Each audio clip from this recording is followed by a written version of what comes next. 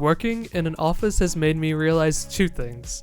That I don't have any time to do anything now, and that the keyboards straight up suck. Let's fix that. I needed to find a suitable layout for my job. I needed something compact but with a number pad. Doing this on a budget isn't easy, but I found a keyboard on AliExpress called the AGO 100. This cost me $83 New Zealand, which is okay considering that it had wireless and was a 96% layout, which was relatively compact. They come in black and white and with no backlight and no software required as well. It also uses Type-C, which is a great upside. The design and the keycaps also look like they belong in an office, so I won't need to replace them. Lastly, this keyboard is modular, making it easy to replace the switches. This is the unboxing of the keyboard. Mine came with a yellow switch from a smaller Chinese manufacturer that I haven't heard of before. The case was made of plastic and the quality is decent. The plastic is relatively hard, but it will need to have some sort of dampener inside it to reduce the noise. But the weight of the keyboard is pretty good stock. The stabilizers are okay, except the spacebar, which will probably need replacing. I'm pretty sure these keycaps are PBT, which are okay, but I don't really have a budget for replacing them, so they'll have to do for now. Now to make this keyboard quiet. Researching switches was hard as I wanted to get a silent tactile instead of linears. The Boba U4 silents were an option, but they were way out of my budget. I came across the Otimu silent greys, which were at a decent price for 50 New Zealand dollars for 110 switches. Next I needed some rubber dampening, which was $18 New Zealand for 1 meter. Lastly, some O-rings, which were $5 for 125 pieces. This office keyboard totals around about 156 New Zealand dollars. Now that is a little bit expensive for this type of keyboard, and especially when I was trying to stay on a budget, but compared to everything else out there, I think it was decent for the price it paid. Disassembly is pretty easy in this keyboard. Just take out a few screws from the faceplate and whack the back gently. Next, removing all the keycaps and switches. This allowed me to separate the PCB from the faceplate. I cut the rubber dampener for the case. Also note to cut out spaces for the standoffs in the case, the on and off switch, and the indicator lights or other things that the dampener might block.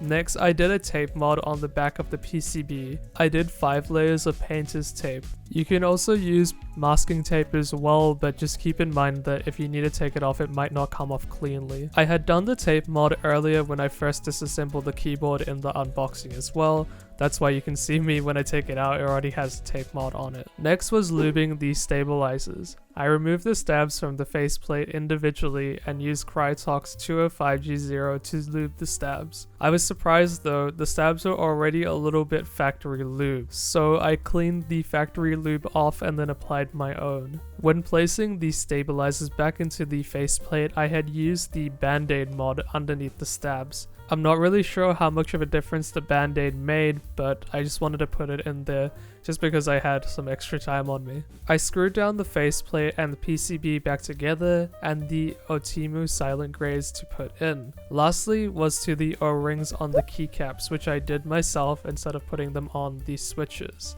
Finally, the keyboard was done. The only thing is that I lost the F5 key and I can't find it now. Let's see how much the keyboard sound improves.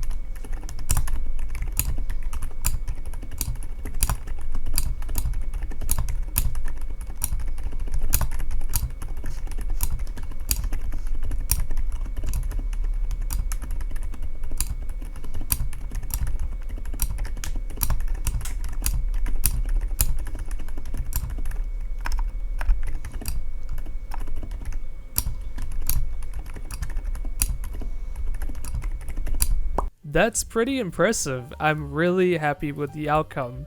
It's really quiet, and using it in the office for a couple of weeks now, I can definitely say it's even quieter than the membrane keyboards that are at work. Crazy. The only problem with mine is that the spacebar rattles on the right side, so I might need to replace these stabs later there, but that's kind of out of my budget right now. I'm really enjoying the Otumu Silent Greys. They have a nice tactility to them and are super quiet. They aren't too heavy, and I'd say they have about a medium amount of tactility. The bump isn't too pronounced, but it is there. All the switches are pretty consistent, but they have a bit more wobble than what I'm used to on my Kalebox Jades. Can't really help the wobble, but I might look at lubing them later just for fun. Overall, I can now type on a decent keyboard at work, which doesn't tire me out and actually feels pretty good whilst not annoying the entire office. Super happy with the result. That sums it up. Check out ystech.org for some more awesome content.